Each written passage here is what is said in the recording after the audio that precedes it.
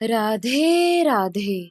मेरा नाम है निकिता शर्मा और आप सभी का स्वागत है श्रीमद् भागवत गीता की इस श्रृंखला में। पिछले श्लोकों में हमने समझा कि किस प्रकार संजय ने बताया कि श्री कृष्ण के अति विस्मयकारी विश्व रूप का स्मरण कर मैं अति चकित और बार बार हर्ष से रोमांचित हो रहा हूँ। चलिए आज बढ़ते हैं अगले श्लोकों की ओर। श्रीमद् भागवत गीता के 18वें अध्याय के 78वें श्लोक में कहा गया है, यत्र योगेश्वरः कृष्णौ यत्र पार्थौ धनुर्धरः तत्र श्रीर्विजयो भूतिर्ध्रुवा नीतिर्मतिर्मम। अर्थात जहाँ योगेश्वर कृष्ण है और जहाँ परम धनुर्धर अर्जुन है, वहीं ऐश्वर्य, विजय, अलौकिक शक्ति तथा नीति भी निश्चित रूप से रहती है। ऐसा मेरा मत है। भगवत गीता का शुभारंभ धृतराष्ट्र की जिज्ञासा से हुआ। वह भीष्म, द्रोण तथा कर्ण जैसे महारथियों की सहायता से अपने पुत्रों की विजय के प्रति आशावान था। उसे आशा थी कि विजय उसके पक्ष में होगी। लेकिन युद्ध क्षेत्र के दृश्य का वर्णन करने के बाद संजय ने राजा से कहा, आप अपनी विजय की बात सोच रहे हैं, लेकिन मेरा मत है कि जहाँ कृष्ण तथा अर्जुन उपस्थित है, वहीं संपूर्ण श्री होगी। उसने प्रत्यक्ष पुष्टि की कि धृतराष्ट्र को अपने पक्ष की विजय की आशा नहीं रखनी चाहिए। विजय तो अर्जुन के पक्ष की निश्चित है, क्योंकि उसमें कृष्ण है। श्री कृष्ण द्वारा अर्जुन के सारथी का पद स्वीकार करना एक ऐश्वर्य का प्रदर्शन था। कृष्ण समस्त ऐश्वर्यों से पूर्ण है और उनमें से वैराग्य एक है। ऐसे वैराग्य के भी अनेक उदाहरण प्राप्त हैं, क्योंकि कृष्ण वैराग्य के भी ईश्वर हैं। युद्ध तो वास्तव में दुर्योधन तथा युधिष्ठिर के बीच था। अर्जुन अपने ज्येष्ठ भ्राता युधिष्ठिर की ओर से लड़ रहा था। चूंकि कृष्ण तथा अर्जुन युधिष्ठिर की ओर थे, अतएव युधिष्ठिर की विजय ध्रुव थी। युद्ध को यह निर्णय करना था कि संसार पर शासन कौन करेगा। संजय ने भविष्यवाणी की कि सत्ता युधिष्ठिर के हाथ में चली जाएगी। यहाँ पर इसकी भी भविष्यवाणी हुई है कि इस युद्ध में विजय प्राप्त करने के बाद युधिष्ठिर उत्तरोत्तर समृद्धि लाभ करेंगे, क्योंकि वे न केवल पुण्यात्मा तथा पवित्रात्मा थे, अपितु वे कठोर नीतिवादी थे। उन्होंने जीवन भर कभी असत्य भाषण नहीं दिया था। ऐसे अनेक अल्पज्ञ व्यक्ति हैं जो भगवत गीता को युद्ध स्थल में दो मित्रों की वार्ता के रूप में ग्रहण करते हैं, लेकिन इससे ऐसा ग्रंथ कभी शास्त्र नहीं बन सकता।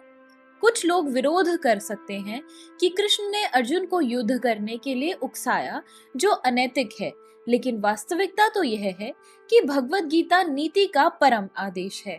यह नीति विषयक आदेश 9वें अध्याय के 34वें श्लोक में है। मनमना भव मद भक्तः। मनुष्य को कृष्ण का भक्त बनना चाहिए और सारे धर्मों का सार है कृष्ण की शरण गति। भगवत गीता का आदेश धर्म तथा नीति की परम विधि है। अन्य सारी विधियां भले ही शुद्ध करने वाली तथा इस विधि तक ले जाने वाली हों, लेकिन गीता का अंतिम आदेश समस्त नीतियों तथा धर्मों का सार वचन है। कृष्ण की शरण ग्रहण करो और कृष्ण को आत्म समर्पण करो। यह 18वें अध्याय का मत है। भगवत गीता से हम यह समझ सकते हैं कि ज्ञान तथा ध्यान द्वारा अपनी अनुभूति एक विधि है, लेकिन कृष्ण की शरणागति सर्वोच्च सिद्धि है। यह भगवत गीता के उपदेशों का सार है। वर्णाश्रम धर्म के अनुसार अनुष्ठानों, कर्म कांड का मार्ग ज्ञान का गुह्य मार्ग हो सकता है, लेकिन धर्म के अनुष्ठान के गुह्य होने पर भी ध्यान तथा ज्ञान गुह्यतर है और पूर्ण कृष्ण भावना भावित होकर भक्ति में कृष्ण की शरणागति गुह्यतम उपदेश है। यही 18वें अध्याय का सार है। भगवत गीता की अन्य विशेषता यह है कि वास्तविक सत्य भगवान कृष्ण है। परम सत्य की अनुभूति 3 रूपों में होती है, निर्गुण ब्रह्म, अंतर्यामी परमात्मा तथा भगवान श्री कृष्ण। परम सत्य के पूर्ण ज्ञान का अर्थ है कृष्ण का पूर्ण ज्ञान। यदि कोई कृष्ण को जान लेता है तो ज्ञान के सारे विभाग इसी ज्ञान के अंश हैं। कृष्ण दिव्य है क्योंकि वे अपनी नित्य अंतरंगा शक्ति में स्थित रहते हैं। जीव उनकी शक्ति से प्रकट हैं और 2 श्रेणी के होते हैं। नित्यबद्ध तथा नित्य मुक्त। ऐसे जीवों की संख्या असंख्य है और वे सब कृष्ण के मूल अंश माने जाते हैं। भौतिक शक्ति 24 प्रकार से प्रकट होती है। सृष्टि शाश्वत काल द्वारा प्रभावित है और बहिरंगा शक्ति द्वारा इसका सृजन तथा संहार होता है। यह दृश्य जगत पुनः पुनः प्रकट तथा अप्रकट होता रहता है। भगवत गीता में 5 प्रमुख विषयों की व्याख्या की गई है।